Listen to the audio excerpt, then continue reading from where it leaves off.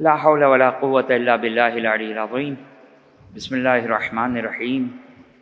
الحمد لله الذي لا يفر منعه والجمود ولا يبديه العطاء والجود، إذ كل معط منتقص سواه وكل مانع مذموم ما خلاه، وهو المنان بفوائد النعم وعوائد مزيد والقسم، ما اختلف عليه دهر فيختلف منه الحال، ولا كان في مكان فيجوز عليه الانتقال.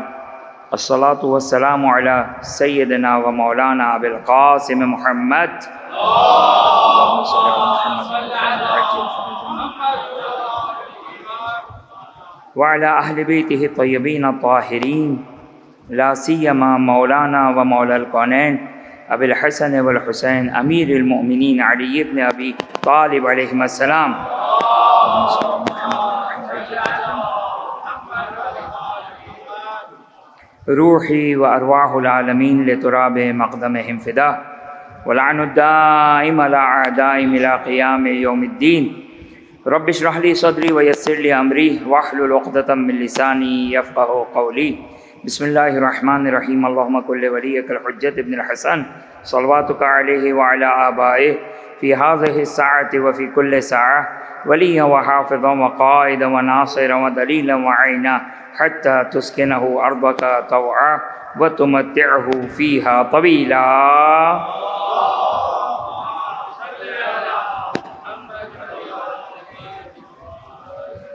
اللهم عجل لوليك الفرج واجعلنا من أنصاره وعوانه وأتباعه وشيعته والمستشهدين بين يديه. أما بعد، فقد قال الله سبحانه وتعالى في كتابه الكريم: أعوذ بالله من الشيطان الرجيم، بسم الله الرحمن الرحيم. يوم ندعو كل أناس بإمامهم فمن أوتي كتابه بيمينه فأولئك يقرؤون كتابهم ولا يظلمون فتيلا. صدق اللہ العلی العظیم. ایک درود پڑھ دیں محمد وعلی محمد.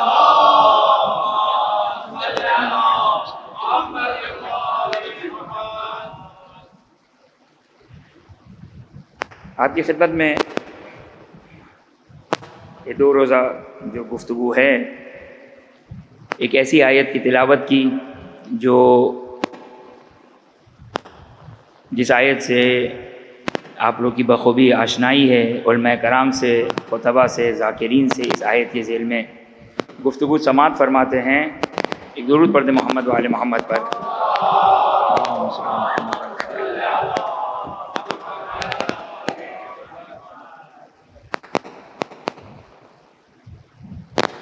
علماء کرام ذاکرین سے اس آیت کے ذیل میں آپ گفتگو سماعت فرماتے ہیں، اور اس آیت میں آپ لوگ مجتہد ہوں گے. اس قدر اس کی تلاوت کی جاتی ہے، اور بہرحال تبرکاً اس آیت کو سرنامہ کلام قرار دیا. اب بات کہاں تک جاتی ہے وہ تو خدا بہتر جانتا ہے، کیونکہ میری گفتگو ایسی ہی ہوتی ہے، ابتدا کہیں سے ہوتی ہے تو انتہا کہیں ہوتی ہے. یہ آیت کے جس کو سرنامہ کلام قرار دیا، یوم، اعوذ باللہ من الشیطان الرجیم، بسم اللہ الرحمن الرحیم. یوم، اب ظاہر میں جوانوں سے مخاطب ہوں، باقی بزرگوں کی شان میں کوئی گستاخی نہیں کرنا چاہتا، اور بچوں کی خدمت میں چند جملات بیان کرنا چاہتا ہوں. یہ آیت اعوذ باللہ من الشیطان الرجیم، بسم اللہ الرحمن الرحیم. یوم ندعو کل اناس بإمامہم فمن اوتی کتابہ بیمینہ فاولئک یقرؤون کتابہم ولا یظلمون فتیلا. ذرا اس آیت کو ملاحظہ فرمائیں کہ قیامت کا میدان ہے. یوم اس قیامت کے میدان کی طرف اشارہ ہے. اب میں اس کا ترجمہ پڑھتا ہوں، پھر اس کے بعد گفتگو آگے بڑھاتے ہیں. یوم ندعو، وہ دن جب ہم پکاریں گے، کل اناس، ہر انسان کو، بے امامہم، ان کے امام کے ساتھ. اب یہ آیت کا اتنا ترجمہ ہی کافی ہے. کل اناس بے امامہم فمن اوتی کتابہ بیمینہ، جس کے دائیں ہاتھ میں اس کا نامہ اعمال اس کی کتاب کو دیا جائے گا، فَأُولَٰئِكَ يَقْرَؤُونَ كِتَابَهُمْ، تو وہی لوگ اپنے اس نامہ اعمال کو پڑھیں گے۔ اب دیکھیں قرآن، ویسے تو قرآن نے خود نے کہا کہ بلسان مبین ہم نے نازل کیا ہے، تو لوگ اس سے دھوکہ کھا جاتے ہیں، سمجھتے ہیں کہ لسان مبین کا مطلب ہم سمجھ بھی سکتے ہیں۔ توجہ کیجئے گا، بالکل لسان مبین ہے، اس کا آپ ایک ایک لفظ دیکھیں گے تو بالکل واضح ہے، ترجمہ بہت آسان ہے۔ فمن اوتیا کتابہ بیمینہ، جن کے سیدھے ہاتھ میں ان کے نامہ اعمال دیا جائے گا، فاولئک، کہ وہ لوگ اس کو پڑھیں گے، ولا یظلمون فتیلا، اور بال برابر کسی پہ ظلم نہیں ہوگا۔ ظاہر خداوند متعال ہے، عادل ہے، عدل محض ہے کہ جہاں ظلم کا کسی طرح تصور نہیں ہے۔ اگرچہ ایک اجازت دیں تو میں اپنے بچوں اور جوانوں کی خدمت میں ایک جملہ کہوں، یہ دیکھیں کہ قرآن اتنی واضح طور پر ایک بات کہہ رہا ہے، اگر قرآن نہ بھی کہے تو بھی ہمارا یہ عقیدہ ہے، جب اللہ سبحانہ و تعالیٰ پر ہمارے پاس جو بیان ہے کہ اللہ سبحانہ و تعالیٰ کے اوصاف کیا ہے کہ ولا یظلمون فتیلا، ظلم وہ کرتا ہے جس کو خوف کا ڈر ہو۔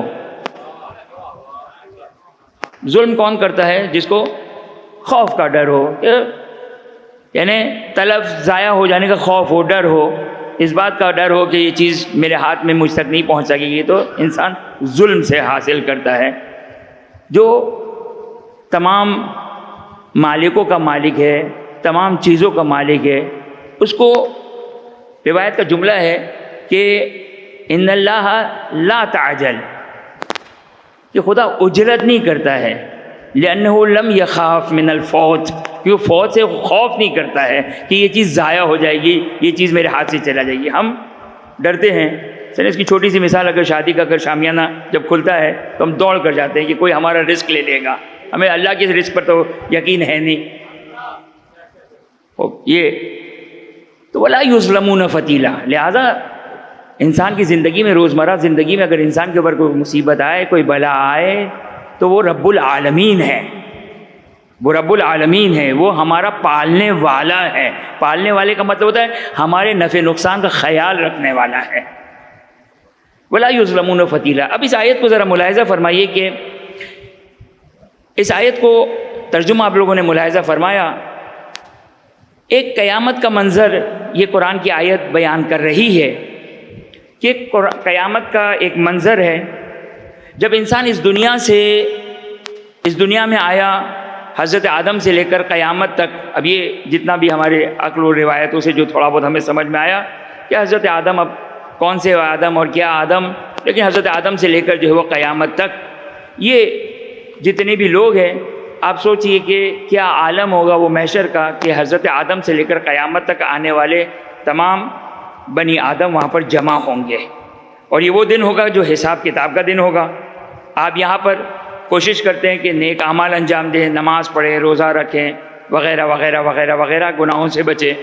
تو وہ قیامت کا میدان آ گیا، اب وہاں پر تو سبھی شامل ہیں، سبھی حاضر ہیں، سبھی موجود ہیں۔ 1,24,000 انبیاء کے تمام ماننے والے ہیں، اور اس کے بعد ائمہ اطہار علیہ السلام، یہ سب کے سب جو یہاں پر ان کے ماننے والے، اور قیامت تک ظہور اور ظہور کے بعد سے لے کر قیامت تک اس تمام کے تمام عالم وہاں پر موجود ہیں۔ کون سا دن ہے؟ رزلٹ کا دن ہے، اعلان ہوگا، اب امتحان کا اعلان ہونے والا ہے، صحیح نا؟ اب تو پرانے بچپن میں گئے تھے اسکول میں، اب یاد نہیں ہے کیا کیفیت ہوتی ہے، لیکن تھوڑی بہت یاد ہے، وہ جب امتحان کے بعد اعلان ہونے والا تو دل دھڑک رہا ہوتا ہے۔ تو اب توجہ کیجیے گا کہ اعلان ہونے والا ہے، رپورٹ کارڈ ہاتھ میں آنے والا ہے، تو یہ قیامت کا میدان ہے، رپورٹ کارڈ آنے والا ہے۔ اب جب ہمارا رپورٹ کارڈ ہوتا ہے جہاں پر ہمارے نمبرز لکھے ہوتے ہیں کہ آپ کو اردو میں اتنے ملے، فزکس میں اتنے ملے، کیمسٹری میں اتنے ملے، خوب توجہ کیجیے گا میرا بچہ اور جماعت، ٹائم پاس نہیں کر رہا ہوں میں، صحیح نا؟ اردو میں اتنے ملے، فزکس میں اتنے ملے، کیمسٹری میں اتنے ملے، میتھمیٹکس میں اتنے ملے، یہ آپ کا رپورٹ کارڈ ہے، صحیح نا؟ اور اس کی نمبر کے حساب سے آپ کو پوزیشن دی جائے گی کہ آپ مثال کے طور کون سا رینک ہے وغیرہ وغیرہ، یہ ہمارا دنیا کا رپورٹ کارڈ ہے۔ یہ دنیا کا رپورٹ کارڈ ہے جس میں یہ سارے کے سارے جو آپ کے مضامین سبجیکٹ جو وہ لکھے ہوئے، اس میں آپ کو اتنے نمبر ملے. تو یہ ہمارے رزلٹ کا دن ہے، دنیا کے رزلٹ کا دن ہے. وہ قیامت ہمارے آخرت کا قیامت کا دن ہوگا جس کو قرآن ایک اس آیت میں بیان کر رہا ہے. یوما، وہ قیامت کا دن. ندعو، ہم ان سب کو پکاریں گے، ہم سب کو پکاریں گے. اب توجہ کریں، قیامت کا دن ہے، سب کو پکارا جائے گا. اعلان ہے آپ نے جو زندگی میں 60 سال 70 سال 80 سال 90 سال 100 سال 200 سال 300 جتنے عرصے میں انسان نے زندگی کی، اب اس کا رزلٹ اعلان ہونے جا رہا ہے. صحیح نا؟ تو اب سوال یہ ہے کہ وہاں کے رپورٹ کارڈ میں کون سا سبجیکٹ ہے. خوب توجہ کیجیے گا میرا بچہ اور جوان. سبجیکٹ کیا ہے؟ کس سبجیکٹ کی بنیادوں کے اوپر نمبرز دیے جائیں گے. اچھا میرا بچہ اور جوان یاد رکھیے گا، توحید ہے، توحید سے بڑھ کر کوئی شے نہیں ہے. اس کے بعد ختمی مرتبہ، رسالت نہیں کہہ رہا ہوں، ختمی مرتبہ صلی اللہ علیہ وآلہ وسلم کی نبوت، یہ دوسرے نمبر پہ. اور پھر باقی امامت اور سارا کا سارا دین ہے. صحیح نا؟ تو یا تو سارے سبجیکٹس لکھے ہوں، توحید و رسالت و امامت و نماز و روزہ و حج و زکوٰۃ، سارے سبجیکٹ سے الگ الگ نمبر ہو، یا پھر سب سے بڑا سبجیکٹ ہونا چاہیے تھا توحید کا.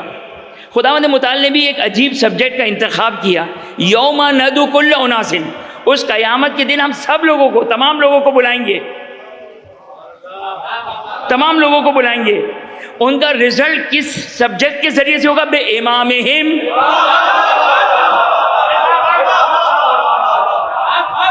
نہ توحید کو کرائٹیریا بنایا، نہ رسالت کا کرائٹیریا بنایا. بھائی توحید ہے، کوئی شک نہیں ہے، رسالت ہے آپ صلی اللہ علیہ وسلم کی، اور امامت، اور اس کے بعد نماز روزہ حج زکوٰۃ. اور نماز بھی وہ نماز کہ بعض اوقات جو کو ہمیں جو ہے وہ، اور ہے روایت صحیحہ موجود ہے، ان الصلاۃ ان قبلت ما سواہا ان ردت ما سواہا. یہ نماز ہے کہ اگر نماز قبول تو تمام اعمال قبول، اگر قبول نہیں تو تمام کے تمام اعمال رد کر دیے جائیں گے. اتنا اہم دین کا ستون ہے یہ نماز، لیکن کسی چیز کو کرائٹیریا نہیں قرار دیا. صحیح نا؟ تو ابھی ایک سوال پیدا ہوتا ہے، کرائٹیریا کس چیز کو؟ یوما، وہ قیامت کا دن. ندعو کل اناس. اب لفظ دیکھیے گا، کل اناس. اناس ناس کی جمع ہے، ناس کی جمع ہے اناس. جس کے اوپر بھی اناس کا اطلاق ہوتا ہے، جس کو بھی انسان کہا جائے. حضرت آدم انسان، حضرت آدم کے زمانے کی امت انسان، حضرت نوح سے لے کر حضرت رسول صلی اللہ علیہ وسلم تک آنے والا انسان، حضرت کے بعد آنے والے قیامت تک، یہ سارے کے سارے آپ کے اطراف میں. ہم تو بہت چھوٹی سی جگہ پہ ایکسیس کرتے ہیں نا، چھوٹی سی جگہ پہ ہمارا وجود ہے. لیکن جب آج کی سوشل میڈیا میں ہم ٹیلی ویژن پہ دیکھتے ہیں یہ اتنی بڑی دنیا، حال حاضر میں اتنی بڑی دنیا، اب یہ ما سبق اور ما بقیہ، وہ گزشتہ، وہ پاسٹ اور وہ فیوچر، یہ سارا کا سارا جس پر بھی اناس کا اطلاق ہوگا ان کو ہم یہاں پر جمع کریں گے، ان کو بلائیں گے. کس کے ساتھ بلائیں گے؟ ان کے رپورٹ کارڈ کے ساتھ. رپورٹ میں سبجیکٹ کیا ہے؟ بے امامہم. ان کے امام کے ذریعے سے بلایا جائے گا. اچھا اب ان کے امام کے ذریعے سے بلایا جائے گا یعنی کیا مطلب؟ اب دیکھیں یہ لفظ امام، اب میں اپنے بچوں جوانوں سے مخاطب ہوں. دیکھیں یہ جو لفظ امام ہے نا، یہ امام دو معنی کے لیے استعمال ہوتا ہے. ویسے تو دو الگ الگ معنی ہیں. ایک ڈکشنری کا معنی میں فی الحال وہ بیان نہیں کرنا چاہتا، لیکن شرعی لحاظ سے یا قرآن کی تعبیر کے اعتبار سے امام کے دو افراد ہیں، دو لوگ ہیں امام، دو گروہ ہیں امام.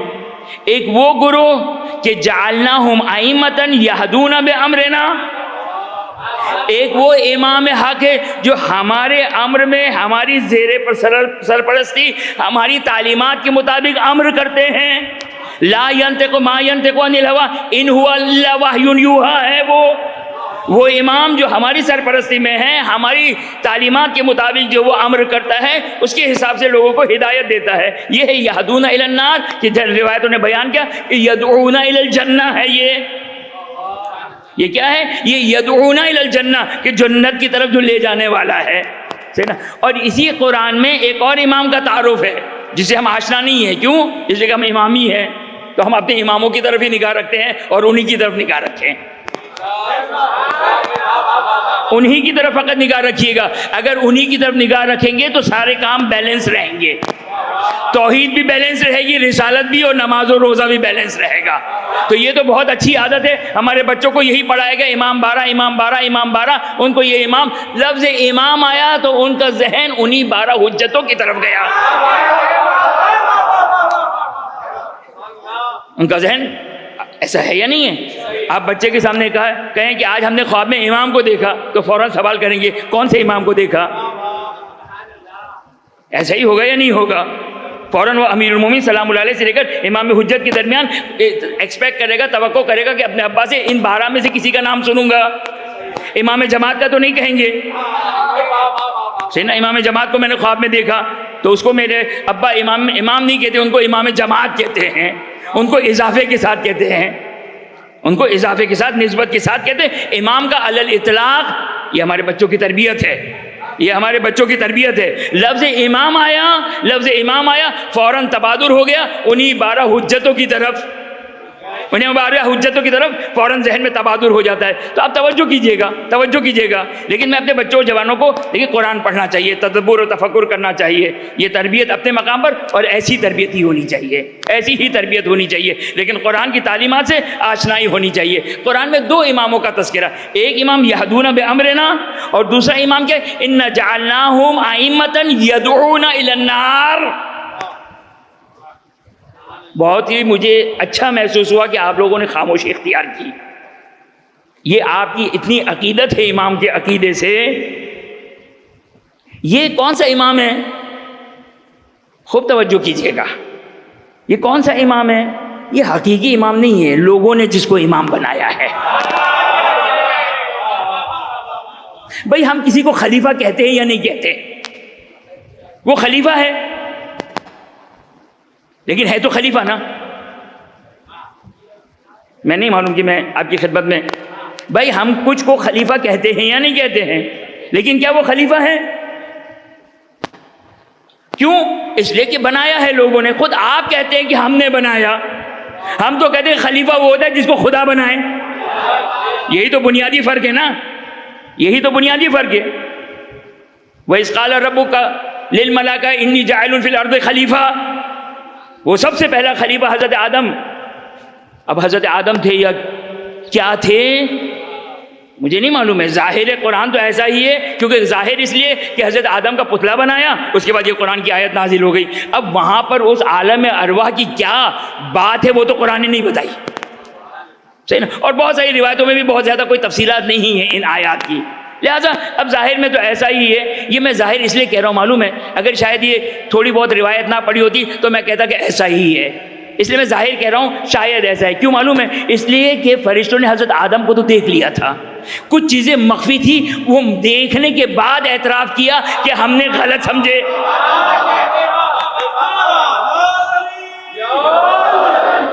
بھائی حضرت آدم تو وہیں اسی ڈیبیٹ میں موجود تھے نا, اسی ڈیبیٹ میں موجود تھے. اے آدم ان کو نام بتا دو, تو وہیں کہ اسی امتحانی ہال میں ہی تھے فرشتے, ایک طرف آدم ایک طرف جو ظاہری آیت ہے.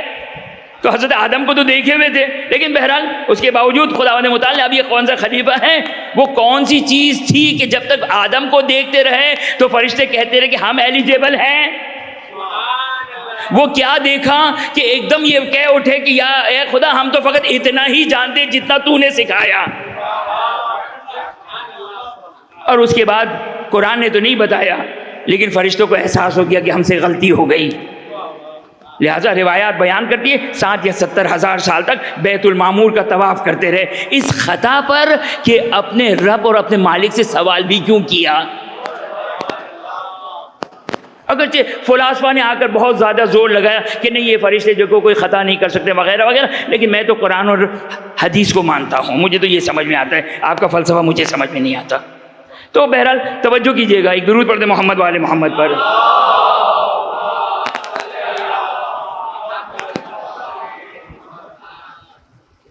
بار دیگر صلوات پڑھیے گا محمد والے محمد پر.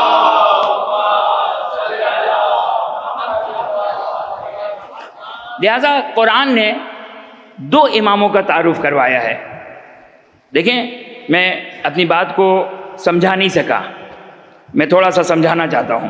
مثال کے طور پر ایک پریسیڈنٹ کی سیٹ ہے. جو پریسیڈنٹ ہے، جو واقعی پریسیڈنٹ ہے، صدر مملکت ہے، جو الیکشن وغیرہ سے جیت کر جو کہ وہاں پر بیٹھ گیا، جس کو باقاعدہ آفیشیل اعلان کر دیا کہ یہ صدر مملکت ہے. ایک صاحب آئے، انہوں نے جو وہ پریسیڈنٹ کو کسی طریقے سے اپنے پاس بند کر کے کسی بھی کمرے میں بند کر دیا اور ان کی جگہ پہ بیٹھ گئے، صدر مملکت کی سیٹ پہ بیٹھ گئے. تو صدر مملکت کون ہے؟ وہ جو بیچارے حجرے میں بند ہیں، صحیح نا. لیکن اب ان کو صدر مملکت کہا جا رہا ہے مجازن.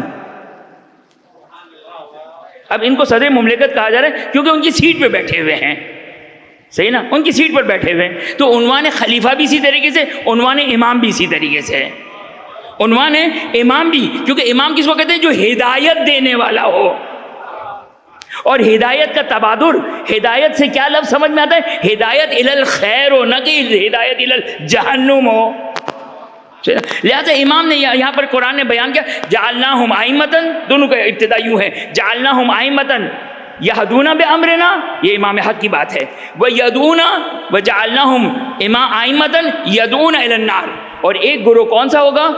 جو جہنم کی طرف لے جانے والے ہیں. لہذا کچھ ان کے پیروکار ہیں کہ آپ لوگ ہیں انشاءاللہ العزیز. ہاں میرا بچہ اور جوان یاد رکھیے گا، الحمدللہ اس ولایت کے اوپر ہیں، اس امامت کے اوپر ہے، لیکن میرا بچہ اور جوان اس امامت کو تحفظ کرنا ہوگا، بچانا ہوگا. اس لیے کہ کوئی انشورنس کمپنی نہیں ہے جو اس امامت کو آپ کو انشورڈ کر کے دے. آپ کو جو کرائیٹیریا ہے وہ ہے مرگ، وہ ہے موت، وہ ہے روح کا قبض ہونا. اس وقت اگر ولایت پر ہیں تو آپ امامت پر آج ہیں.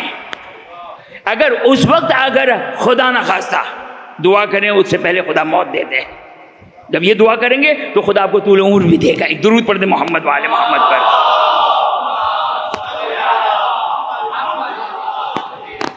جعلناہم ائمۃ، یہ قرآن نے دو اماموں کو بیان کیا. قرآن نے دو اماموں کو بیان کیا، دو قسم کے امام ہیں. اور اس آیت کی ذیل میں بھی دو معنی کیے گئے ہیں جو تفاسیر میں روایات اہل بیت میں بیان ہے. میں ایک معنی کے حساب سے بیان کرتا ہوں اور نتیجے میں کوئی فرق نہیں پڑے گا.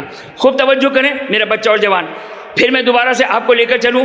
بس یہ یاد رکھیے گا امام دو معنوں میں قرآن میں استعمال ہوا ہے. ایک یہدون بامرنا، جو آپ کو امام ہمارے امر سے ہدایت دیتا ہے، جو یدعون الی الجنہ ہے، جو جنت کی طرف دعوت دیتے ہیں. اور ہم الحمدللہ امامیہ اثنا عشری ان کے ماننے والے ہیں. امامیہ اثنا عشری یہ جو 12 اماموں کو ماننے والے ہیں، یہ یہدون بامرنا ہے. اچھا یہاں پر یہ بھی آپ کی خدمت میں بیان کر دوں کہ ایک بات اپنے بچوں اور جوانوں کے ذہن میں، کہ کسی کے ذہن میں یہ سوال نہ ہے کہ ہم فقط امام زمانہ کی امامت کے ہیں. خوب توجہ کیجئے گا. معصوم کا ایک حدیث کا ایک جملہ بیان کرتا ہوں، پھر بات کو آگے بڑھا دوں، زیادہ جو کو تشریح نہ کروں، حدیث سے مدد لیتے ہوئے ایک جملہ کہہ دوں. آپ صلی اللہ علیہ وآلہ وسلم فرماتے ہیں من انکر واحدا منہم، اگر ان 12 میں سے کسی ایک کا بھی انکار کیا فقط کفر، وہ کافر ہو گیا. اچھا یہ کافر اعتقادی ہے کہ جس کی بحث میں نہیں کرنا چاہتا وہ کیا ہے، یہ ایک قرآن کی تعبیر ہے اور کافر کا کیا معنی ہے. لیکن آپ جہاں پر واہ واہ کر کے پہنچے نا، اس سے بالاتر کا کافر ہے. ایک درود پڑھ دیں محمد وآل محمد پر.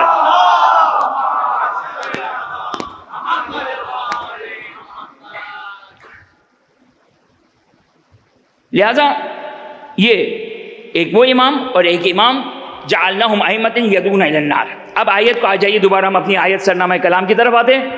ندو وہ قیامت کا دن، یوما وہ قیامت کا دن، ندو ہم پکاریں گے، کل اناس ہر انسان کو پکاریں گے، ہما شما سب جو کہ وہاں پر موجود ہوں گے. آپ کے دوست کا جملہ صحیح نا، سب وہاں پر کل اناس، جو وہاں پر وہ ہوں گے وہ سارے کے سارے وہاں پر جمع ہوں گے. یوما ندو کل اناس، کس کے ساتھ آئیں گے؟ اپنے رپورٹ کارڈ کے ساتھ آئیں گے. اس رپورٹ کارڈ کے سبجیکٹ کا نام ہے بے امامہم، اپنے امام کے ساتھ آئیں گے. صحیح نا.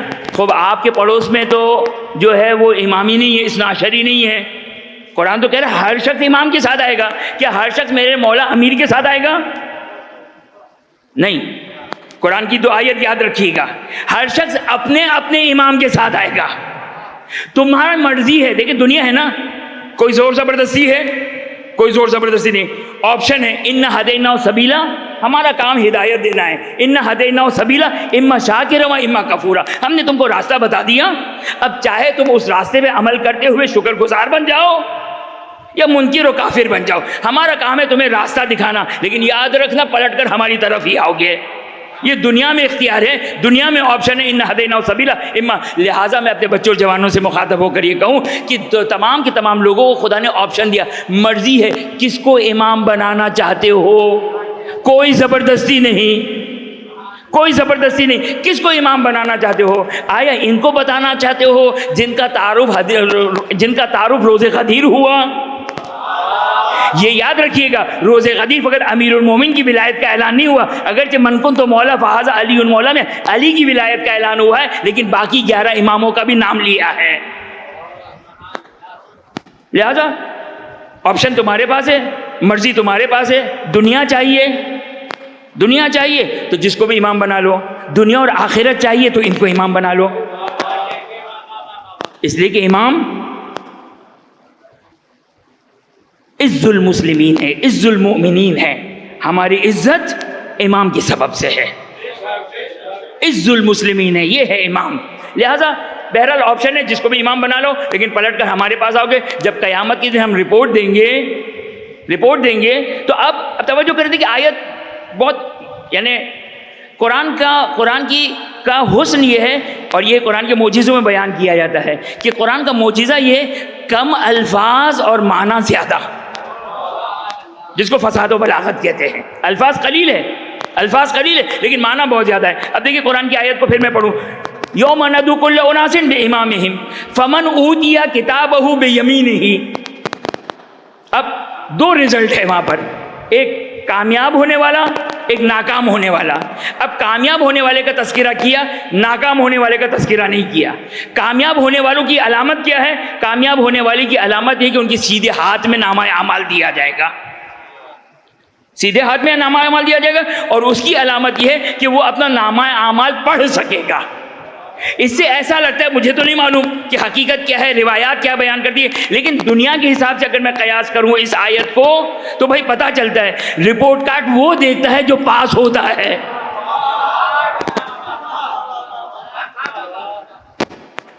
وہی دیکھتا ہے نا.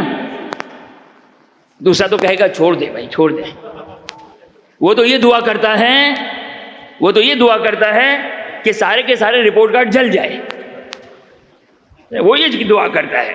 یومر. اب توجہ کر، اب سوال اپنی جگہ پر موجود ہے. کیا ہے سوال؟ خوب توجہ کیجیے گا میرا بچہ جوان. ایک درود پڑھتے محمد والے محمد پر.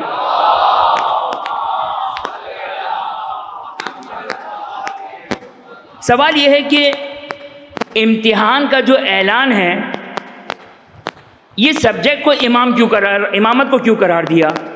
خب توحید کو قرار دینا چاہیے تھا، رسالت کو قرار دینا چاہیے تھا. یا چلیں اگر توحید اور رسالت مثلا انڈرسٹوڈ ہے کہ بھائی یہی جنت میں جائیں گے، تو اس کے بعد باقی عبادتوں کو قرار دے دے کہ بھائی تمہیں نماز میں اتنے نمبر ملے، روزے میں اتنے نمبر ملے، وغیرہ وغیرہ وغیرہ. اگرچہ ہر چیز کا حساب کتاب ہے، حساب کتاب سب کا ہے، ذرے ذرے کا ہے. مثقال ذرۃ خیر یرا. عجیب قرآن کی آیت ہے، واقعا عجیب قرآن کی. مثقال ذرۃ خیر، ایک ذرے برابر اگر مثقال اگر انسان خیر کرے گا قیامت کے دن دیکھے گا خود دیکھے گا. لہذا انسان واقعا یہ جو چھوٹے چھوٹے اعمال بتائے جاتے ہیں، یہ اعمال کرنے سے ہزاروں گناہ معاف کر دیے جاتے. تو ہم بھی تڑپ کر، بچے بھی جو جوان سوال کرتے ہیں مولانا اتنے تو ہمارے گناہ بھی نہیں ہیں. ہم خیال کرتے ہیں کہ اتنے گناہ نہیں ہیں، اتنی چھوٹی چھوٹی لغزشیں ہماری. صرف انسان اگر خالی اپنی نماز کو ہی دیکھ لے تو نماز پڑھنے کے بعد اس کو سب سے پہلے پڑھنا چاہیے استغفر اللہ ربی واتوب الیہ. کیسی نماز میں نے خدا کی بارگاہ میں دی ہے. از اول تاخیر توجہ ہی نہیں تھی، از اول تاخیر توجہ ہی نہیں تھی. یہ نماز انسان، اگر میں آپ سے گفتگو کروں، یوں کر کے گفتگو کروں، تو میری تو پوری نماز جو وہ چہرہ کسی اور طرف ہوتا ہے، دل کا چہرہ، توجہ تو کہیں اور ہوتی ہے، اور میں اپنے آپ کو خدا کے حضور قرار دے رہا ہوں. بہرحال خود توجہ کیجیے گا. اب سوال یہ ہے کہ آخر کیا وجہ ہے کہ نہ نماز و روزہ حج و زکوٰۃ قرار دیا، نہ توحید قرار دی، نہ رسالت قرار دی؟ جانتی کیا وجہ ہے؟ بہت واضح سی وجہ ہے، بہت واضح سی وجہ ہے.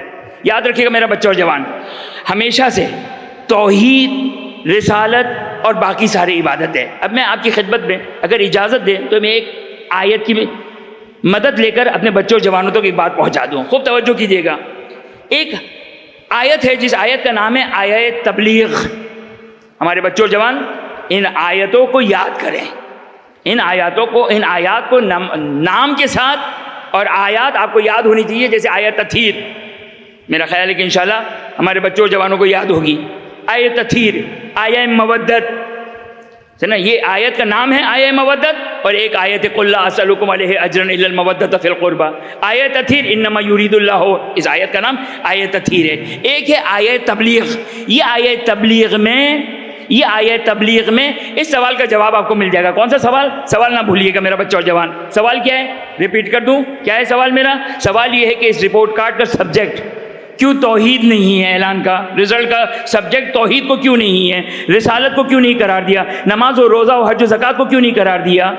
امامت بیچ سے کیوں قرار دیا؟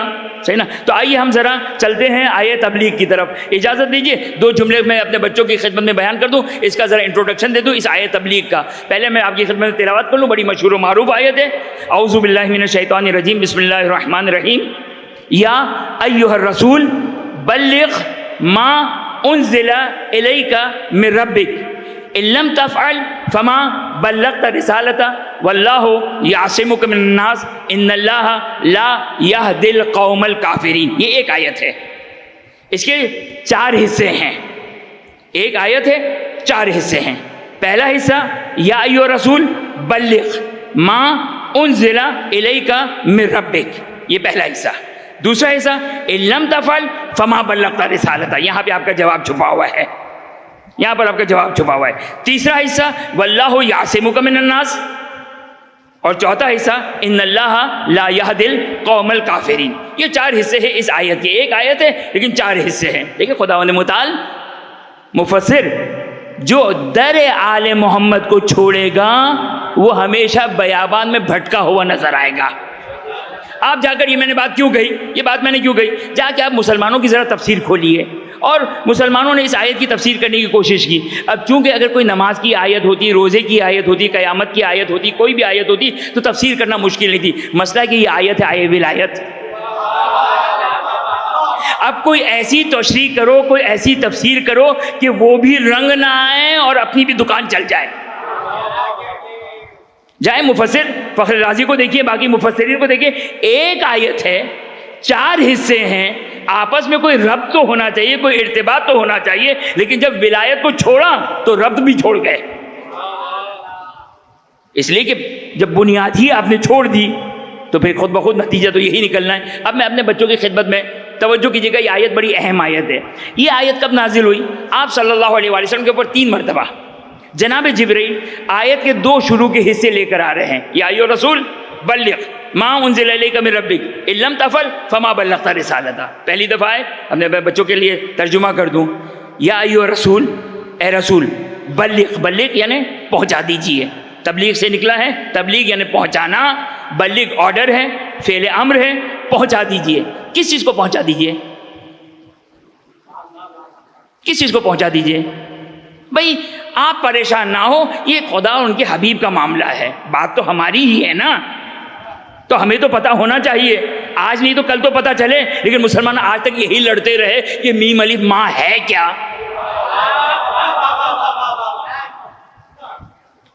میرا بچہ تھوڑا مشکل ہو گئی. میں دیکھیں یا ایھا الرسول، اے رسول، بلغ پہنچا دیجئے.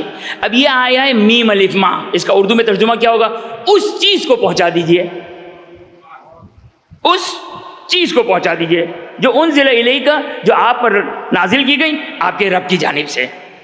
آپ کے رب کی. اب دیکھیے اگر خدا من ربک نہ کہتا تو بھی انڈرسٹوڈ تھا نا. تو خدایا تو حکیم، تو حکمتیں بانٹنے والا، تیرا حبیب مدینۃ الحکمہ ہے، تو خالق حکمت ہے. تو ایک ایسے ورڈ کو جو واضح تھا، بھئی جب خدا کی طرف سے جب اپنے حبیب پر کوئی چیز نازل ہوگی تو لات و عزیٰ سے نازل ہوگی یا اللہ سبحانہ و تعالیٰ سے نازل ہوگی. تو یہ تو انڈرسٹوڈ تھی. خدا یہ تو انڈرسٹوڈ تھی جو چیز کام کی تھی وہ تو نے چھپا کر رکھی. اب بات اس کی آ گئی. اب اس سوال کا جواب دے دوں میں. میرے بچوں اور جوانوں تک میں اپنی بات نہیں پہنچا سکا ہوں. خوب توجہ کیجیے گا. خدا نے کیا کہا؟ اے رسول پہنچا دیجئے اس چیز کو جو آپ اس چیز کو پہنچا دیجئے. وہ چیز قرآن نے نہیں بیان کی, بس اتنا کہا اس چیز کو جو آپ کے رب نے دی تھی. صحیح نا؟ بہت تنہائی میں, معراج میں 120 معراج ہے. اب بات آ گئی, آپ نے واہ واہ کیا, مجھے وہاں پہ پہنچا دیا. نبی اکرم صلی اللہ علیہ وآلہ وسلم کی 120 معراج ہے. چھٹے امام فرماتے 120 معراج ہے. ایک واحد ایک ایسا امر تھا کہ ہر معراج میں ڈسکس ہوا. معصوم فرما رہے ہیں, معصوم فرما رہے ہیں. ایک چیز ایسی تھی جو 120 مرتبہ خدا اپنے حبیب سے ڈسکس کر رہا ہے. بھائی ایسی کون سا امپورٹنٹ پوائنٹ ہے جو ہر 120 معراجوں میں ڈسکس ہو رہی ہے؟ بھائی مسئلہ سارا یہ ہے, توجہ کیجیے گا, اس لیے کہ ہمارے لیے مقام امامت بہت سمپل سا ہے. ہماری معذرت چاہتا ہوں میں, ہماری امامت کے سلسلے میں وہ معرفت کا لیول نہیں ہے, وہ معرفت کمال کی معرفت. آپ توجہ کریں, بس یہی ہے حدیث, خالی یہی ایک حدیث, اور ایک اور حدیث آپ کی خدمت بیان کروں, لیکن خالی یہی حدیث مقام اور منزلت بتا رہی ہے. چھٹے امام فرماتے ہیں روایت کے مطابق کہ 120 معراجیں ہوئی. اگر کوئی چیز 120 مرتبہ ڈسکس ہوئی ہوتی تو امام صادق فرماتے, کہا کہ ایک چیز ہے جو 120 مرتبہ خدا اپنے حبیب سے اس مسئلے پر ڈسکس کرتا ہے, وہ کیا ہے؟ ولایت علی ابن ابی طالب.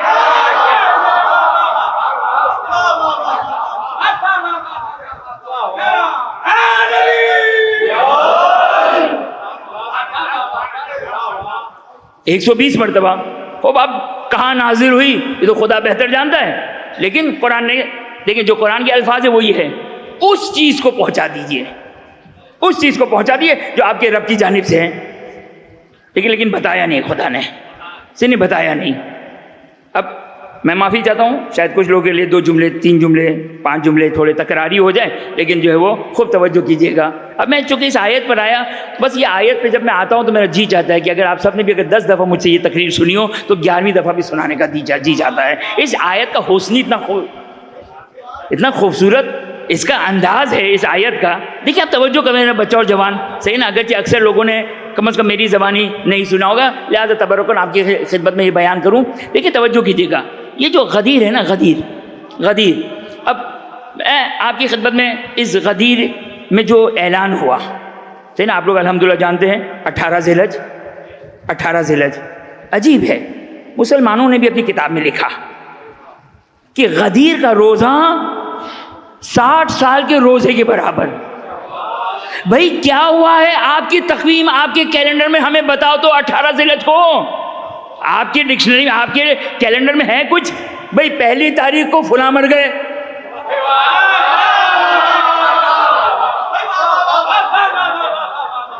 فلاں دن یہ ہو گیا, فلاں دن یہ ہو گیا. 18 ذی الحج آپ کیا لکھا ہے؟ لہذا اب مسلمان ہیں کہ یہ حدیث موضوع ہے, بناوٹی ہے, جعلی ہے, کیا کرے, کہاں چھپائے, کہاں دفنائے. لیکن یہ نور الہی ہے جس کی جلوے ہونے کی گواہی خود قرآن نے دی. یریدون لیطفئوا نور اللہ بافواہہم, یہ اللہ کا نور ہے کہ لوگ اپنی منہ کی پھونک سے بجھانا چاہتے ہیں. واللہ متم نورہ, لیکن ہم اپنے نور کو بچانا اور جلانا جانتے ہیں. ہم جانتے ہیں کہ اس کو کس طرح حفاظت دینی ہے. تم اپنی قدرت کو استعمال کرو, تم اپنی طاقت کو استعمال کرو. اور بچوں اور جوانوں سے کہتا ہوں, ان سے منسلک ہونے کی ذمہ داری آپ کی ہے. خدا کی ذمہ داری اس نور کی حفاظت کرنا, ہمارا اور آپ کی ذمہ داری اس نور سے متمسک رہنے کی ہے. یہ یاد رکھیے گا میرا بچہ اور جوان. اب دیکھیں, غدیر کا دن 18 ذی الحج, اس کے اعمال لکھے. ایک عجیب حدیث لکھی ہے, ایک درود پڑھتے محمد والے محمد پر.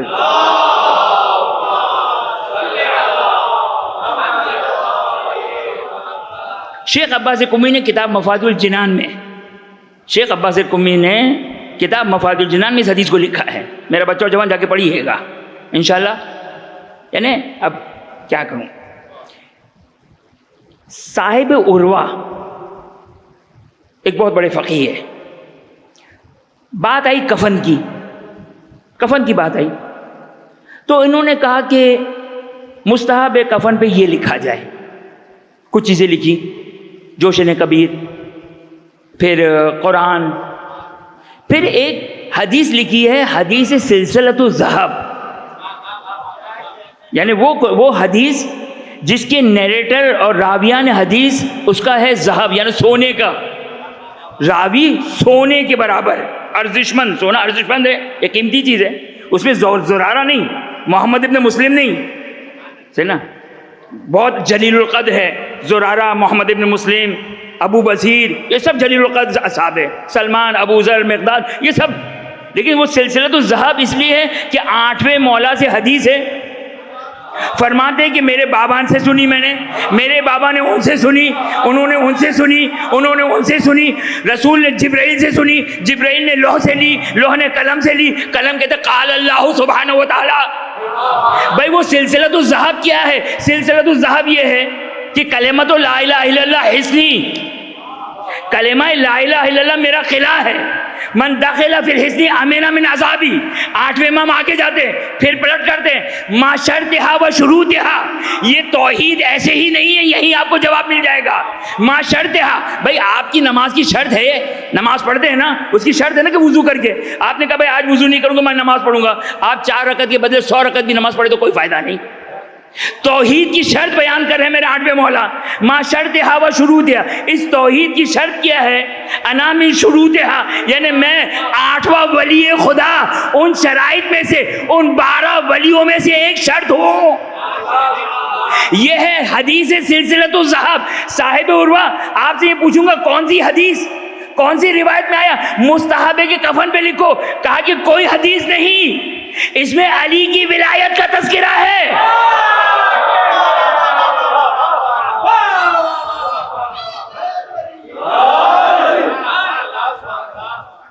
اب شیخ عباس حکمی کتاب مفاد الجنان میں اس روایت کو بیان کرتے ہیں غدیر کے بارے میں۔ غدیر میں امیر المومنین کی ولایت کا اعلان ہوا۔ امیر المومنین، عجیب روایت ہے واقعا، مجھے تو سمجھ میں نہیں آتی، اور ابھی الفاظ آپ کی خدمت میں بیان کروں اور ایک اعتراف کروں آپ کی خدمت میں کہ امام فرماتے ہیں لو علم الناس ما فی الغدیر فضل ما فی الغدیر، اگر لوگوں کو پتہ چل جائے کہ غدیر کے دن کی کیا فضیلت ہے۔ اچھا میں تو الفاظ کے اوپر، ہم تو الفاظ کے غلام ہیں، ہمیں تو اس سے زیادہ غیب کا علم تو نہیں ہے نا، جو الفاظ ہے وہی پتہ چلیں گے، صحیح نا۔ اب جو الفاظ ہے وہ یہ ہے لو علم الناس، اگر لوگوں کو پتہ چل جائے فضل ما فی الغدیر، اس چیز کی فضیلت جو غدیر میں ہے، تو کیا ہوگا؟ اس حدیث کا میں تو مصداق نہیں ہوں، قسم اٹھا کے کہہ سکتا ہوں، قرآن اٹھا کر کہہ سکتا ہوں، جو ظاہری حدیث ہے اس کے مطابق۔ دوبارہ سے تکرار کروں، مولا ارشاد فرماتے ہیں اگر لوگوں کو پتہ چل جائے کہ غدیر کی کیا فضیلت ہے تو کیا ہوگا؟ لصافح الملائکہ بہ 10 مرات یوم الغدیر، نا 10 مرات فی کل یوم، اگر انسان کو پتہ چل جائے کہ غدیر کے دن کی کیا فضیلت ہے، آپ خود دیکھ لیجئے گا کہ فضیلت کہ غدیر کس اوج پر ہے اور کتنے سالوں سے آپ غدیر منا رہے ہیں اور آپ کا کیا اسٹیٹس ہے، ہر انسان خود ہی دیکھ لے اس کو۔ امام کیا فرماتے ہیں؟ اگر انسان کو غدیر کی فضیلت پتہ چل جائے تو ہر شخص ہر روز 10 مرتبہ فرشتوں سے مصافحہ کرے گا۔ مجھے تو نہیں پتہ چلا، اس لیے کہ میرے سامنے تو کوئی فرشتے سے میرا کوئی مصافحہ نہ ہو، آپ لوگ کے ہوں گے، آپ لوگ بخود ہی جانتے ہیں۔ یہ ہے غدیر۔ 2 مرتبہ فرشتہ جناب جبرائیل تشریف لائیں، پہلی مرتبہ عرفہ کے میدان میں، دوسری مرتبہ مینا میں مسجد الخیف۔ کیا پیغام لے کر؟ یا ایھا رسول، پہنچا دیجئے، کس چیز کو؟ بلغ، اس چیز کو پہنچا دیجئے کہ جو آپ کے رب کی جانب سے آپ پر نازل ہوئی، ان لم تفعل فما بلغت رسالتہ۔ رسول نے کہا کہ میں کیسے پہنچاؤں؟ کیا گارنٹی ہے کہ میرا پیغام پہنچ جائے گا؟ ہے نا، آپ زور دیکھیں، وہ تو رحمت للعالمین ہے، وہ تو اپنے گھر آنے والے کو بھی نہیں کہتا اٹھ کر جاؤ، لیکن جب قلم و دوات کی بات آئی تو صحیح مسلم نے بھی کہا قوموا انی، اٹھ کے بھاگ جاؤ، چلے جاؤ، میرا سر درد ہو رہا ہے. قوموا انی بخاری مسلم کی روایت کا جملہ ہے، میرے مسلم کی روایت کا جملہ ہے کہ جب قلم و دوات مانگے تو جب شور و شراب ہونے لگا تو قرآن نے ایک مقام تو یہ کہا، خود قرآن نے کہا، کیا کہا تھا قرآن نے یہ کہا تھا کہ اے اصحاب رسول، جب خود رسول خدا جب تم کو دعوت دینا تو جانا ان کے گھر کھانا کھانا، اور کھانے کے بعد بیٹھنا نہیں، کیونکہ وہ خود تو نہیں کہہ سکتے ہیں، کیونکہ رحمت اللہ عالمین ہے، وہ خود تو نہیں کہیں گے، لہٰذا تم کھانا کھانے کے بعد اٹھ کر چلے جانا. لیکن جب قلم و دوات کی بات آئی، جب علی کی بات آئی،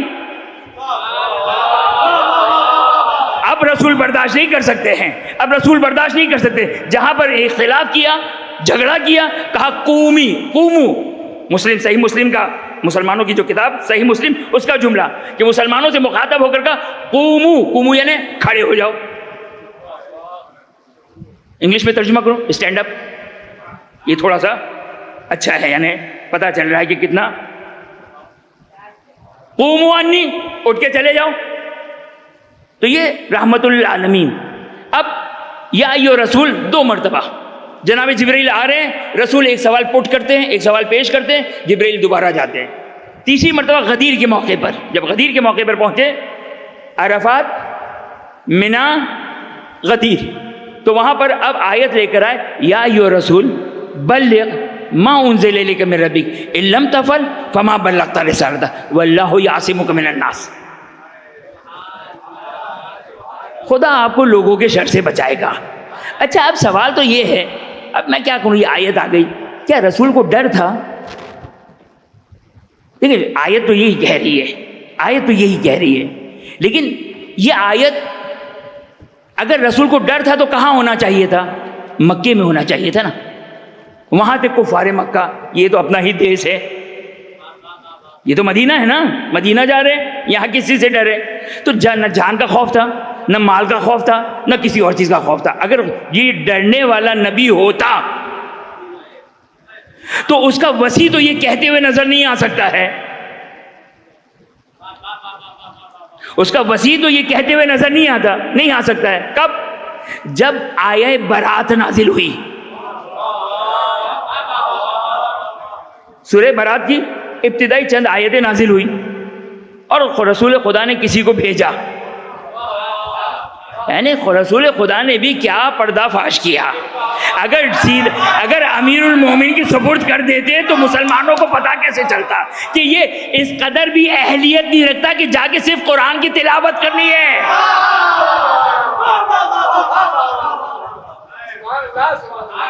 بھائی ایک طرف تو آپ کہتے ہیں ما ینطق عن الہوی ان ہوا، نہیں، یہ بھی وحی الہی تھی، یہ بھی وحی الہی تھی، کیونکہ بے نقاب کرنا تھا. لیکن جو اندھے ہو ان کو کچھ نظر نہیں آتا. یہ آپ کے لیے تھا تاکہ آپ واہ واہ کریں، اپنے ایمان کا اظہار کریں. ایک درود پڑھ دیں محمد و آل محمد پر.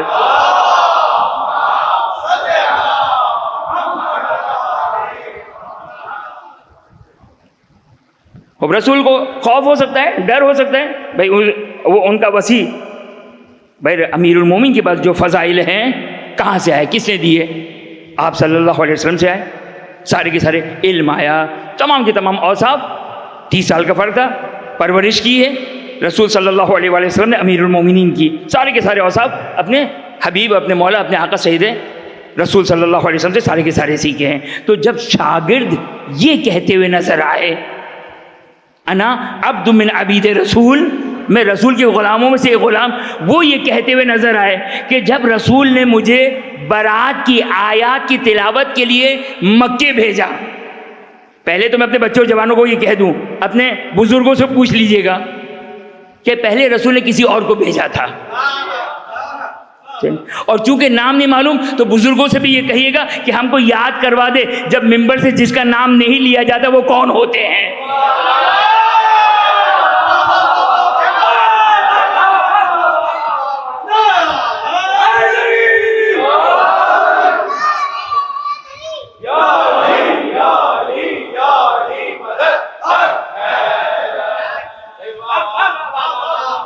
بھائی رسول نے بھیجا ان کو، ابھی گئے آگے جناب جبرائیل. اب روایت میں تو نہیں ہے لیکن ظاہر تو ایسا لگ رہا ہے دوڑتے ہوئے آئے. غضب ہو گیا, یا رسول اللہ آپ نے کس کو بھیج دیا؟ یا انتا او رجل منکا, لیکن نہیں کہا آپ جائیں کسی اور کو بھیج دیں, اس کو واپس پلٹا دیں. نہیں, یہ عجیب تولا و تبرہ. کہا کہ ان کو بلاؤ, یہ ہو گیا. تولا کیا ہو گیا؟ انتا او رجل منکا. بھئی یہ رجل منکا کا مطلب پتہ ہے کیا ہے؟ یہ رجل منکا حسین منی و انا من الحسین. نہیں کہا آپ میں سے تو آپ خاندان بنی ہاشم میں سے کس کو بھیج دیں. بھئی اگر منکا کا یہی ترجمہ ہوتا تو رسول کسی کو بھی خاندان بنی ہاشم سے بھیج دیتے تو امتثال ہو جاتا نا, امر کا امتثال ہو جاتا, ادا ہو جاتا. رسول بھی لسان الہی سے واقف ہے کہ یہ منکا کون سا منکا ہے. تم میں سے تمہارے قبیلے سے, تمہارے خاندان سے, تمہارے محلے سے, تمہارے گھر سے, یا تمہارے نفس سے.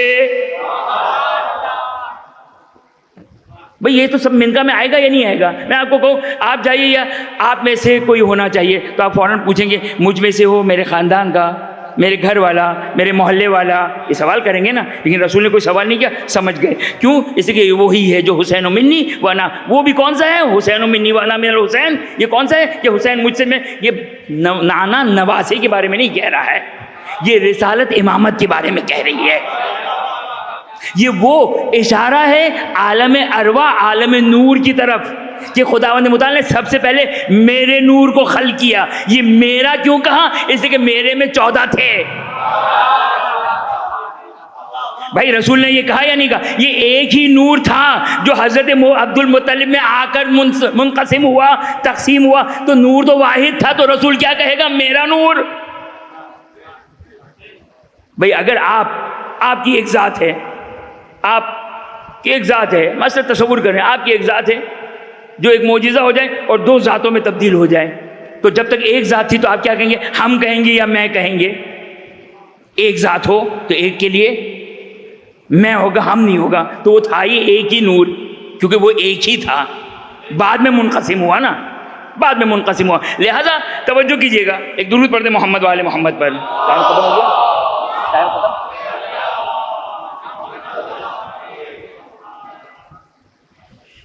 خوب توجہ کیجئے گا, میں اس آیت کو تھوڑا مکمل کر لوں. اب یا ایھا رسول پہنچا دیجیے اس چیز کو جو آپ کے رب کی جانب سے ہے. ان لم تفعل فما بلغت رسالتہ. اس کو آخری کے لیے رکھ دیتا ہوں, ایک صرف چھوٹا سا جملہ چوتھے ٹکڑے کے لیے کہہ دوں اگر آپ کی اجازت ہو تو. آیت کے کتنے حصے تھے؟ پہلا حصہ یا ایھا رسول بلغ ما انزل الیک من ربک. دوسرا حصہ اس کا ترجمہ میں نے کیا, ان لم تفعل فما بلغت رسالتہ. اس کو رہنے دیجیے گا. واللہ یعصمک من الناس. اب چوتھا ٹکڑا, یہ رسول کن سے مخاطب ہے؟ مخاطب کس سے ہے؟ بھائی تمام مسلمانوں نے یہ کہا, ہم نے تو یہ کہا کہ یہ آیت غدیر میں نازل ہوئی. تمام شیعوں کا اتفاق کہ یہ آیت غدیر میں نازل ہوئی. اب مسلمانوں نے اتنا تو اتفاق کیا الحمدللہ کہ یہ آیت آپ صلی اللہ علیہ وآلہ وسلم کے آخر ایام میں نازل ہوئی ہے. یعنی آپ مدینہ ہجرت کر چکے ہیں, تو مدینے میں جب رسول مخاطب ہوتے ہیں تو کفار مکہ سے مخاطب نہیں ہے, یہودیوں سے مخاطب نہیں ہے, عیسائیوں سے مخاطب نہیں ہے, مسلمانوں سے مخاطب ہے. مخاطب کون ہے؟ مسلمان. اب دوبارہ سے دیکھیں, پہنچا دیجیے اس چیز کو جو آپ کے رب کی جانب سے نازل ہوئی. اگر یہ نہیں پہنچایا تو یوں ہو جائے گا خدا آپ کو بچائے گا. اب دیکھیں مسلمانوں کی جا کے تفسیر دیکھیں, یعنی جس کا محافظ مکے میں ابو طالب, بھئی تبھی تو روایت نے کہا نا جیسے ہی ابو طالب سلام اللہ علیہ کا انتقال ہوا جناب جبرائیل نازل ہوئے. اب مکہ تمہارے رہنے کے قابل نہیں ہے. عجیب ہے, یعنی خدا اپنی نصرت ابو طالب کے ذریعے سے ظاہر کر رہا ہے. خوب, اب مسلمانوں نے کیا لکھا؟ مسلمانوں نے لکھا کہ جب یہ آیت نازل ہوئی نا واللہ یعصمک, خدا آپ کو لوگوں کے شر سے بچائے گا, تو پھر مسلمانوں نے لکھا, کیا لکھا کہ ایک وہاں پہ کوئی پلر ہے اس پلر کا نام ہے ستون حرس، ضائع نگر میں اشتباہ نہ کروں، محفوظ رکھنے والا ستون، اس کو کیوں ستون حرس کہتے ہیں؟ اب مسلمانوں نے نام دیے، ہم بھی جاتے ہیں تو انہی کی گارے ہوتے ہیں۔ اب ہم مولانا لے کر گئے کاروان تو بتائیں گے یہ فلاں ستون تاریخ میں یوں بیان کیا، یہ ستون ہے یہ۔ اب اس ستون کا کیا بیان کیا جاتا ہے؟ کہتے ہیں کہ رسول، کیونکہ مدینہ ہے، میں اپنے بچوں کے لیے نقشہ ذرا سا بیان کر دوں، یہ آپ کی خدا نے متعال ہم سب کو مکہ و مدینہ اور تمام اتباعت عالیہ کی زیارت نصیب فرمائے۔ یہ مسجد نبوی ہے، یہ مسجد نبوی ہے، یہ میں قبلے کی طرف کھڑا ہوا ہوں، آگے کی طرف بالکل یہ مسجد نبوی ہے، پیچھے بہت بڑی مسجد ہے، یہ میرے بائیں طرف روضہ رسول، حجرہ علی و فاطمہ، اور اس کے بعد وہ مقام کی جہاں پر آپ یا صفہ، مقام صفہ بھی کہتے ہیں، اور آپ کے نماز شب پڑھنے کی جگہ بھی، تو یہ آپ کے بائیں طرف روضہ رسول ہے، بائیں طرف روضہ رسول ہے۔ آپ صلی اللہ علیہ وسلم وہاں سے تشریف لاتے تھے مدینے کی مسجد نبوی، تو زیادہ کوئی فاصلہ نہیں تھا، یعنی مسجد نبوی، بلکہ مشہور و معروف روایت آپ نے سنی ہے کہ رسول خدا نے کیا کیا تھا، تمام اصحاب کے دروازے بند کر دیے تھے، کسی کو بھی اجازت نہیں تھی کہ اس کے گھر کا دروازہ مسجد میں کھلے، سوائے یا میرا ہوگا یا جو مجھ سے ہوگا، فقط رسول کا دروازہ اور علی و فاطمہ کا دروازہ صرف کھلنے کی اجازت تھی، باقی کسی کو اجازت نہیں تھی۔ وہاں پہ ایک پلر ہے ستون حرس۔ اب مسلمانوں نے لکھا، کیا لکھا کہ جب یہ آیت نازل ہوئی، آپ دیکھیں کتنا نامعقول، خدا جس کا محافظ ہو، یہ لوگ سمجھتے کہ ہم اس کی حفاظت کریں گے، کہتے ہیں کہ جب یہ آیت نازل ہوئی، کون سی آیت؟ کہ واللہ یعصمک من الناس، کہ اے رسول ہم آپ کو لوگوں کے شر سے بچائیں گے۔ اب مجھے یہ بتائیے، میں مسلمانوں سے اس کا ترجمہ تو میں بعد میں بتاتا ہوں، اس کو تو میں بعد میں بتاتا ہوں کہ انہوں نے کیا تفسیر کی، مجھے یہ بتائیے یا ایھا الرسول بلغ سے کیا کنیکشن ہے اس کا؟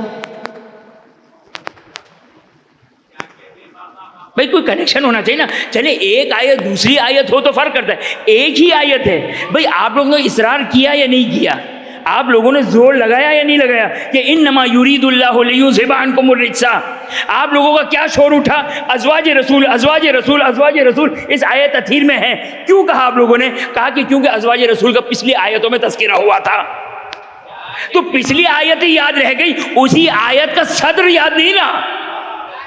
اب آپ ملاحظہ فرمائیے کیا مفسرین نے لکھا، مفسرین نے لکھا یا ایھا رسول، ترجمہ میں دوبارہ سے کر رہا ہوں اپنے بچوں جوانوں کے لیے، یا ایھا رسول پہنچا دیجیے اس چیز کو جو آپ کے رب کی جانب سے نازل ہوئی، وہ کیا تھی؟ ہم نے کہا ولایت، آپ نے کہا نماز، ہم نے کہا ولایت، آپ نے کہا حج، ہم نے کہا ولایت، آپ نے کوئی اور مسئلہ شرعی لے کر آ گئے۔ ان لم تفعل فما بلغت رسالتہ، اے رسول اگر اس چیز کو نہیں پہنچایا تو آپ نے کچھ بھی نہیں پہنچایا۔ اس کے بعد کا خدا آپ کو لوگوں کے شر سے بچائے گا۔ بھائی کوئی کنیکشن ہے، کوئی ارتباط ہے، کوئی ربط ہے؟ آپ نے اپنی تفسیر میں سمجھے کہ شیعوں کو خاموش کرنے کے لیے لکھ دو کہ جب یہ آیت نازل ہوئی تو رسول نے اپنے اصحاب سے کہا اب پہرا دینے کی ضرورت نہیں، یہ کیا پہرا دیں گے جو بھاگتے ہو؟ کہا جب سے یہ آیت نازل ہوئی اس کے بعد پھر پہرا، رسول نے اپنا پہرا، نعوذ باللہ من ذالک۔ یہ آج کا کوئی علامہ تھوڑی ہے جن کو سیکیورٹی کی ضرورت ہو، وہ رحمت العالمین جس کو سیکیورٹی دینے والا رب العالمین ہے۔ ہم میں سے مجلس سے پڑھوا لیں، توکل کی مجلس سے پڑھا لیں، ہم رب کے بارے میں بڑے بڑی جگہوں وہ باتیں کر سکتے ہیں، لیکن جب اپنی سیکیورٹی کی بات آئے گی تو پھر خدا پر توکل نہیں ہے، سیکیورٹی پر توکل ہے۔ ایک درود پڑھتے محمد وآل محمد پر۔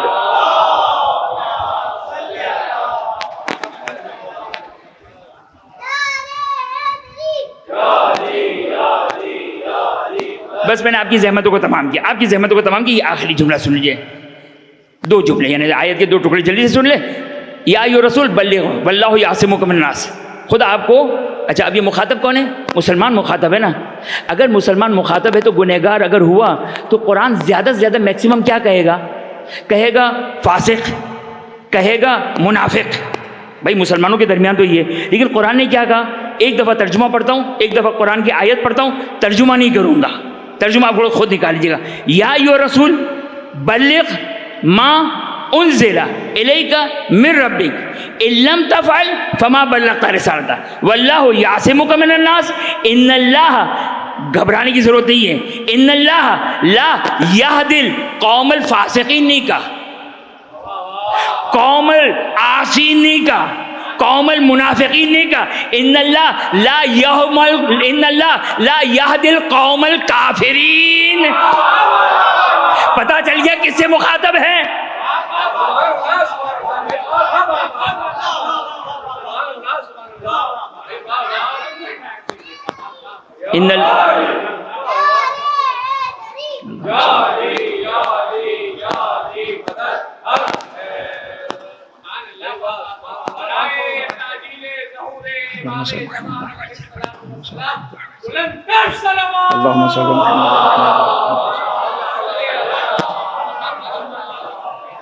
بھائی ٹیکنیکلی دیکھیں آپ، خدا کا کلام ہے، اگر خدا کہے یا ایھا الناس تو یہاں پر الذین آمنو نہیں ہے، یہاں ناس ہے۔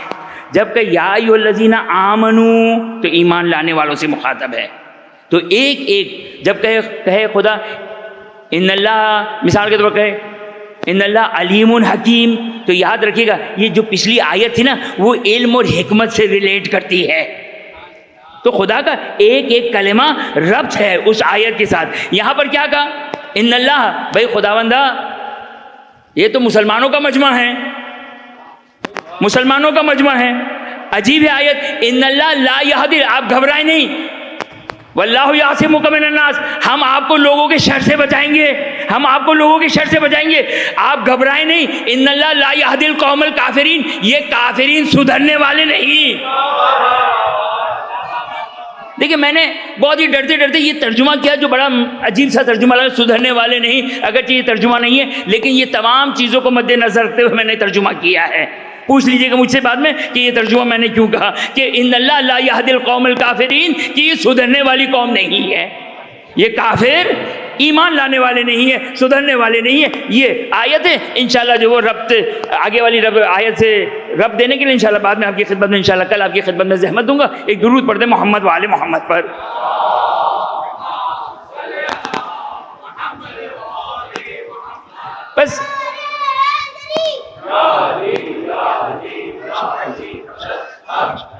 بس توجہ کیجیے گا میرا بچہ اور جوان، مسئلہ امامت اس قدر اہم ہے کہ خداوند متعال قیامت کے دن کا اعلان کر رہا ہے۔ انسان کی نجات کا کرائٹیریا، انسان کی نجات کا معیار توحید نہیں قرار دے رہا ہے، رسالت نہیں قرار دے رہا ہے۔ کیوں نہیں دے رہا ہے یہ انشاءاللہ کل آپ کی خدمت بیان کروں گا۔ نماز اور روزہ اور کسی چیز کو کرائٹیریا نہیں قرار دے رہا ہے، بلکہ خدا دیکھے گا کہ تم نے کس کو امام بنایا، تم نے کس کو امام بنایا، ہم اس کے حساب سے تمہارا رزلٹ نکالیں گے، ہم اس کے حساب سے تمہارا نتیجہ نکالیں گے۔ یہ کیسے ہوگا انشاءاللہ جو اس سمجھ میں آیا وہ انشاءاللہ آپ کی خدمت میں بیان کریں گے۔ لیکن مسئلہ امامت اس قدر اہم ہے کہ میرا بچہ اور جوان، معصوم ارشاد فرماتے ہیں، کیا فرماتے ہیں؟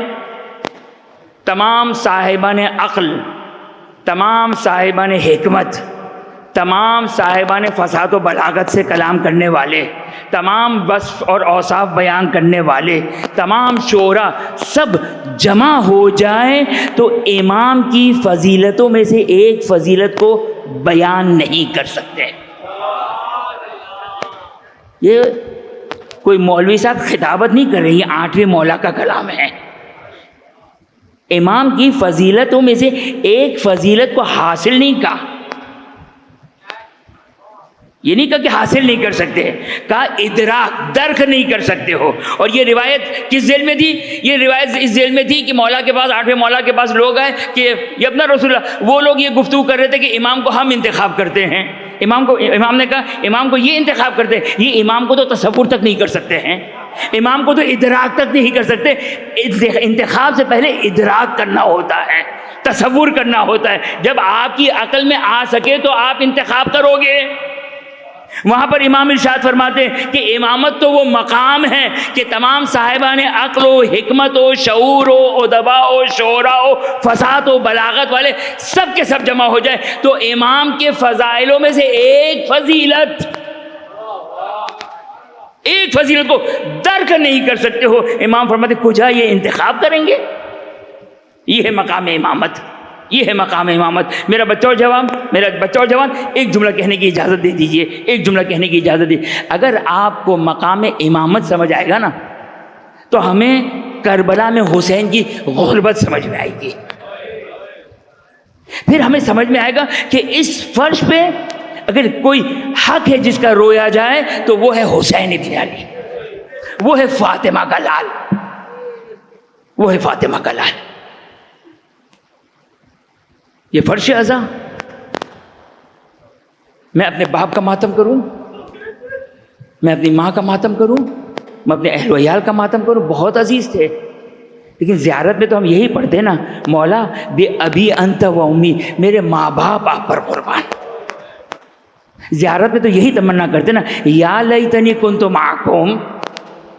دیکھیے ہم تمنا کرنے میں جھوٹے نہیں ہیں، نہیں معلوم جب امتحان کا وقت آئے گا تو ہم کیا کریں گے نہیں معلوم، لیکن جب ہم تمنا کرتے ہیں تو پورے خلوص کے ساتھ تمنا کرتے ہیں۔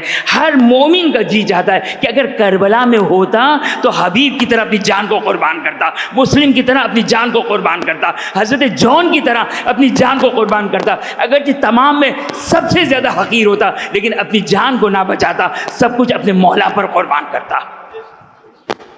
اس لیے کہ کربلا کیا ہے، کربلا کیا ہے میرا بچوں جوان یاد رکھیے گا، اگر سمجھ نہ ہو نا کہ کربلا کیا ہے، ایک جملے میں سن لیجئے جو میری سمجھ میں کربلا آئی، کربلا کا ایک پہلو آپ کی خدمت میں بیان کر رہا ہوں۔ کربلا کیا ہے؟ کربلا یہ ہے کہ اصحاب حسینی نے خاندان آل محمد پر اپنی جان کو قربان کیا، اور خاندان آل محمد عباس ہو، علی اکبر ہو، قاسم ہو، اون و محمد ہو، علی اصغر ہو، خاندان عقیل، سب نے اپنے آپ کو قربان کیا حجت خدا پر۔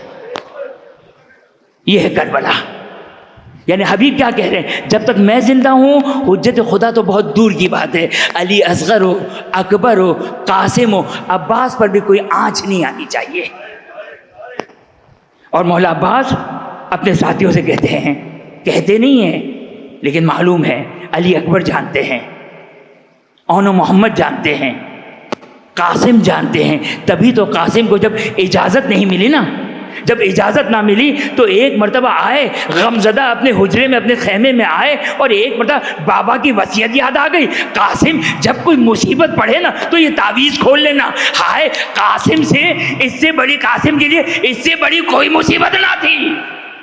ارے قاسم تو چھوڑ دیں، جب قاسم نے ایک مرتبہ شب عاشور، مقتل کا جملہ، شب عاشور قاسم نے اپنے چچا سے سوال کیا تھا، چچا جان فقط اتنا بتا دیجئے کل کے شہیدوں میں میرا نام ہے یا نہیں، تو میرے مولا نے یہ نہیں کہا قاسم تم ہو یا نہیں، فقط ایک جملہ کہا، ہائے قاسم تم اپنے بارے میں سوال کرتے ہو، تمہارا 6 مہینے کا بھائی اصغر،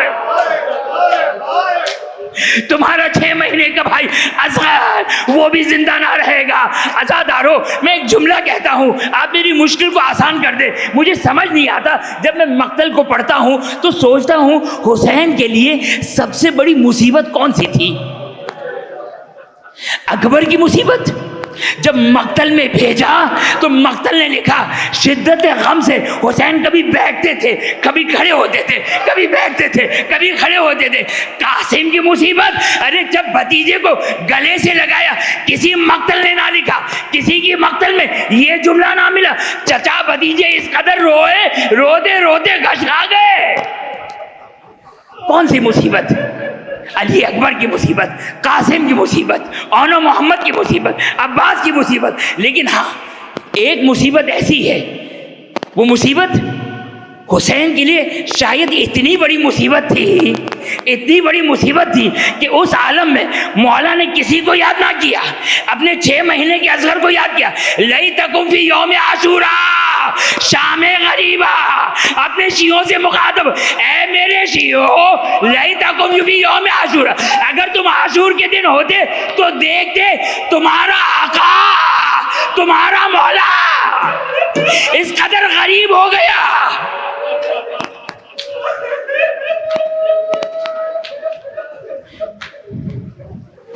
کسی کو یاد نہ کیا، فقط 6 مہینے کے اصغر کو یاد کیا۔ ایک جملہ کہوں، یہ سوال ہی رلانے کے لیے کافی ہے، اس کا جواب تو بعد میں آئے گا، لیکن سوال سن لیجئے۔ ابو خلیق ایک یزیدی سپاہی مختار نے گرفتار کیا، ابو خلیق کو مختار نے گرفتار کیا۔ مختار نے سوال کیا ابو خلیق سے، شمر کو پکڑا، اس سے یہ سوال کیا، مختلف یزیدیوں سے مختار نے سوال کیا۔ ابو خلیق سے کیا سوال کیا؟ سوال کیا؟ یہی سوال، سب جتنے بھی سوالات آئے اس میں یہ سوال کافی جگہوں پہ مشترک ہے. ابو خلیق سے سوال کیا. کیا سوال کیا؟ سوال سنیں گے یہی رلانے کے لیے کافی ہے.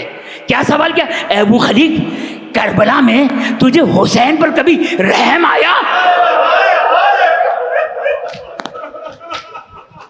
کبھی تجھے حسین پر ترس آیا؟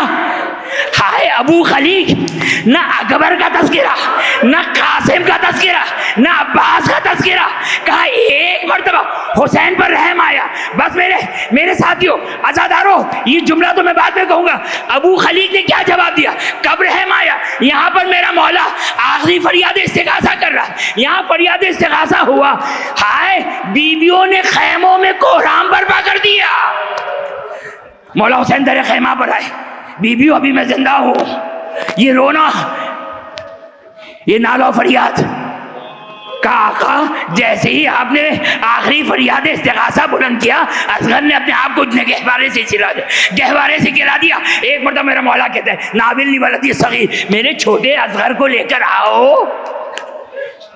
اگر ہم تھوڑا سا احساس کر سکے، ذرا سوچئے، میرا مولا یہ کہہ رہا ہے کہ اصغر کو لے کر آؤ، میں اسے پانی پلا کر آؤں.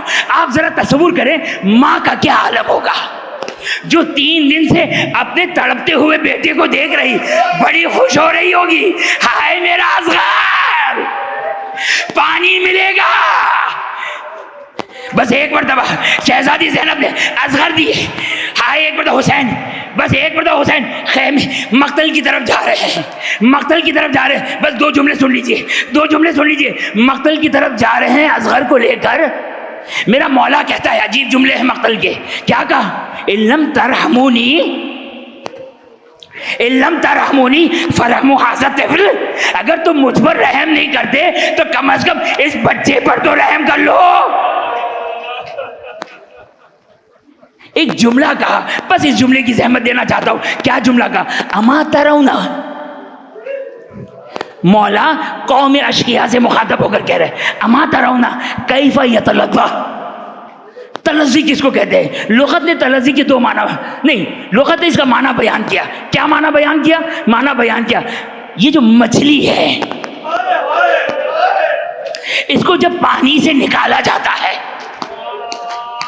جب پانی سے نکالا جاتا ہے، مچھلی کو جب پانی سے نکالے تو کیا ہوتا ہے؟ مچھلی تڑپتی ہے. مچھلی تڑپتی ہے. کتنی دیر تڑپتی ہے؟ آدھا گھنٹہ، 1 گھنٹہ. تڑپتے تڑپتے کیا ہوتا ہے؟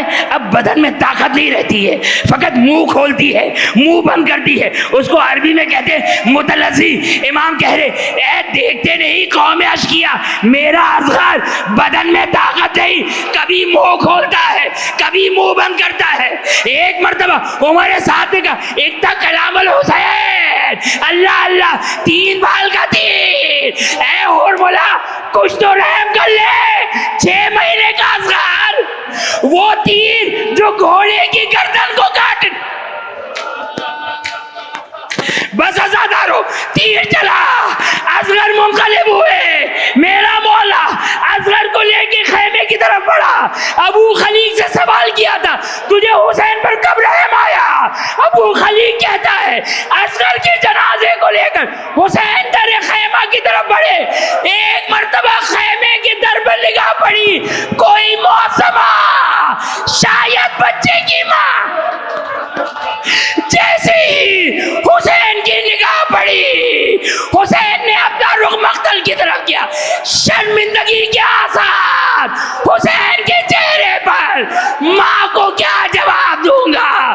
3 مرتبہ آگے بڑھے، 3 مرتبہ پیچھے. پشت خیمہ ننھی سی قبر کھود کے